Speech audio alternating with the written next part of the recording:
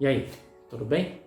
Sou Alfredo Oliva, sou professor universitário e hoje eu quero voltar a falar de Vincent van Gogh, o pintor holandês do século XIX, uma figura extremamente interessante e um artista extremamente talentoso. E hoje eu quero discutir uma questão bem específica sobre a vida de Van Gogh. Ele era louco ou não? É claro, eu não sou psiquiatra, não sou psicólogo, não sou médico, então é lógico que eu não estou emitindo uma opinião do ponto de vista médico ou psicológico, é uma opinião de um historiador. Eu li muitas cartas do Vincent van Gogh, li muitas cartas com muita atenção e com mais atenção ainda para o período em que ele esteve internado.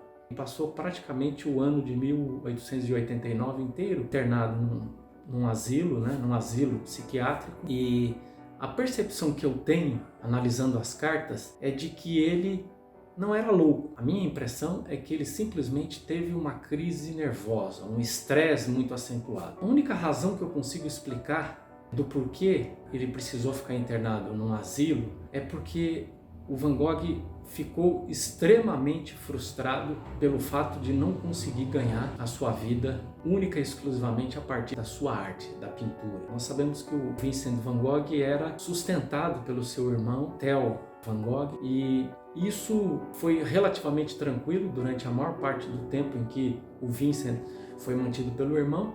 Acontece que o irmão se casou e aí o orçamento apertou um pouco mais, depois o irmão teve um filho, o orçamento ficou um pouco mais apertado e por fim esse filho adoeceu, um bebezinho muito novinho, e aí de fato o Theo tinha dificuldades em conseguir cuidar da sua família e continuar sendo o mantenedor do seu irmão. O Vincent então ficou bastante incomodado com o fato de estar gerando despesas para o seu irmão e ao mesmo tempo não tinha uma alternativa, ele não conseguia trabalhar em nenhuma outra coisa a não ser com a pintura e a pintura não rendia o que ele esperava que rendesse. Na minha interpretação, isso somado ao fato de que ele tinha muita dificuldade de manter relacionamentos com as pessoas, exatamente porque ele era bastante intempestivo, provavelmente essas duas coisas somadas levaram então o Vincent a um colapso. Agora, é lógico que não é tão simples assim.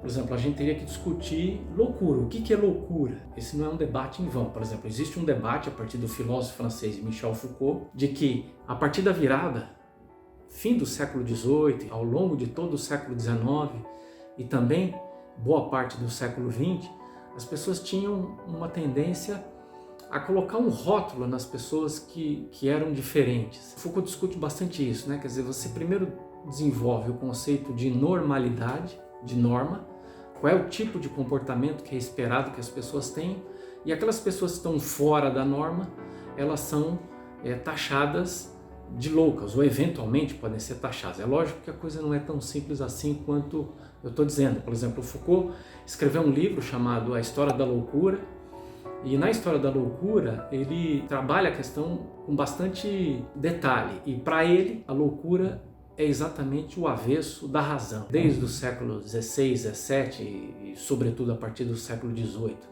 nós temos nos tornado bastante racionais ou racionalistas, e exatamente aquelas pessoas que não estão plenas da sua capacidade racional são pessoas consideradas loucas. Se você partir do pressuposto que o Vincent van Gogh era uma pessoa muito emotiva, ou talvez a função emoção fosse uma função que se colocasse acima, talvez, da própria razão, a partir desses critérios do século XVIII, XIX, talvez ele de fato devesse ser considerado louco, mas a partir de critérios que a gente utilizaria na atualidade, creio que ninguém se sentiria bem simplesmente dizendo que alguém é louco só porque a função racional não é proeminente e sim a função emocional, inconsciente. O que a gente poderia aprender olhando para a vida do Vincent, olhando para esse debate sobre loucura? Eu acho que a gente pode aprender uma coisa muito interessante, A gente deveria tomar bastante cuidado para não ficar discriminando as pessoas, tampouco para ficar estabelecendo rótulos. É muito difícil estabelecer qualquer tipo de norma de comportamento social, é muito difícil estabelecer norma de sanidade,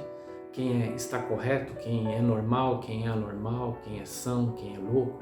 Talvez então a gente devesse olhar para as pessoas com um pouco mais de flexibilidade e de misericórdia. Não se esqueça de se inscrever no meu canal. Se você gostou do vídeo, curta, compartilhe nas suas redes sociais e, se quiser, pode inclusive deixar os seus comentários e pode também sugerir temas, tá bom? Um abraço e até o próximo vídeo.